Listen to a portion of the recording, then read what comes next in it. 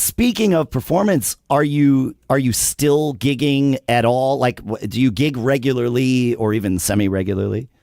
Yeah, semi-regularly. Like I'm definitely not doing the jazz gigging thing anymore. I haven't done that in a long time. Like since I started the Kotaku gig, I was like, I just don't have time. Sure. And honestly, like most gigs just aren't that fun. I just never had a great time doing the jazz gig thing. Like Got it. in San Francisco, I got to do some really cool shows. Like I played with Petula Clark or Connie Francis. Like I had a friend, my friend Daniel is a bassist who plays with like everybody when they come to town, especially like he got in with like the sort of older dame singers, like, you know, these kind of well-known ladies who were huge and then like got a big turnout in San Francisco. And I got to play like in the horn section for those shows and like do that kind of thing. And then also just like jazz gigs where I'm like going around and just playing standards at some wine party or something.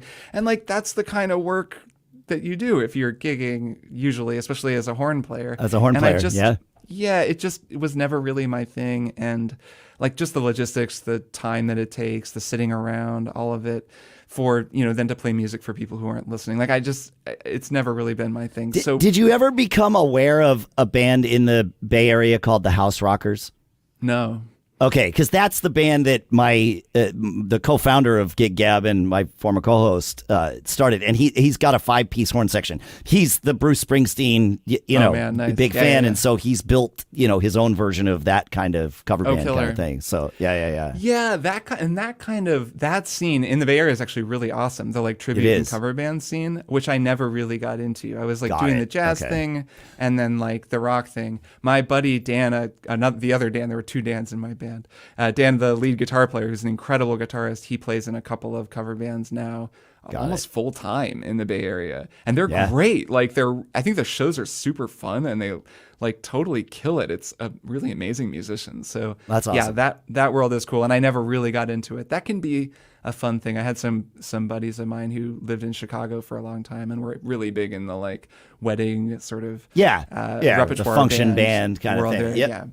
Yep. And like killing trumpet players who do that stuff. But that was never really my thing. And I think even that work, like it's still the sort of grind of gigging, like of just going to a new place every night, lots of travel, lots of sitting around.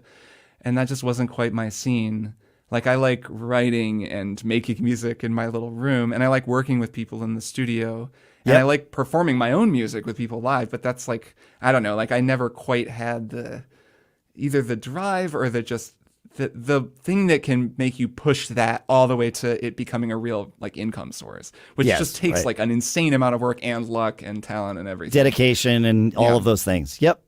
So for me now, I like, I'll play, there are a few bands in town that I'll like do horn arrangements for or play with just because they're kind of cool and they're fun to play with. And I really want to put together a Strong Songs live show that's like kind of it's like an hour long, or maybe a 2-set. Like one is like a musical performance and one is more of a Strong Songs-y music explanation thing, and figure out this kind of like a programmed hour-long musical experience that involves some narration, but the whole thing is kind of scripted with a house band with like 2 other singers and different instruments that does like maybe different covers of songs that I've covered on the show, and like that can kind of bring out different elements of those songs that I've talked about on the show and kind of create this like coherent Strong Songs experience live.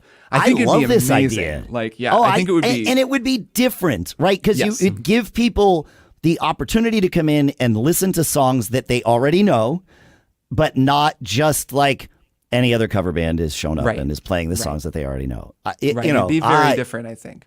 Yeah, you've got your own spin on it. Oh, I like this idea. Yeah, that's good. It's the kind of thing where I haven't had the time, or I guess I just have to sit down and really hash it out, and it'll be a lot of work. It'll require like a startup investment and like getting the right people and rehearsal and like booking a venue and convincing a venue that I can bring people out. And I don't even know like how many people would come out for that. Like, I think maybe a lot of people would, because it's always hard to know, like, you're in the like Pacific Northwest, is that right? Yeah, I'm in Portland. In Oh, okay, Oregon, great. yeah. All right. My son went to Yeah. school in Portland for a little bit. Oh, I nice. love cool. that town. I would love to get back there when it's not all in COVID lockdowns, because that's really the only way I've experienced Portland, Oregon. Or like covered in smoke. Yeah, it's a lovely place to live. Yeah. And a great music scene. Man, moving here from San Francisco, I greatly prefer it here. Like people in Portland come to shows, which is nice. I never felt that way in San Francisco. I never felt very supported.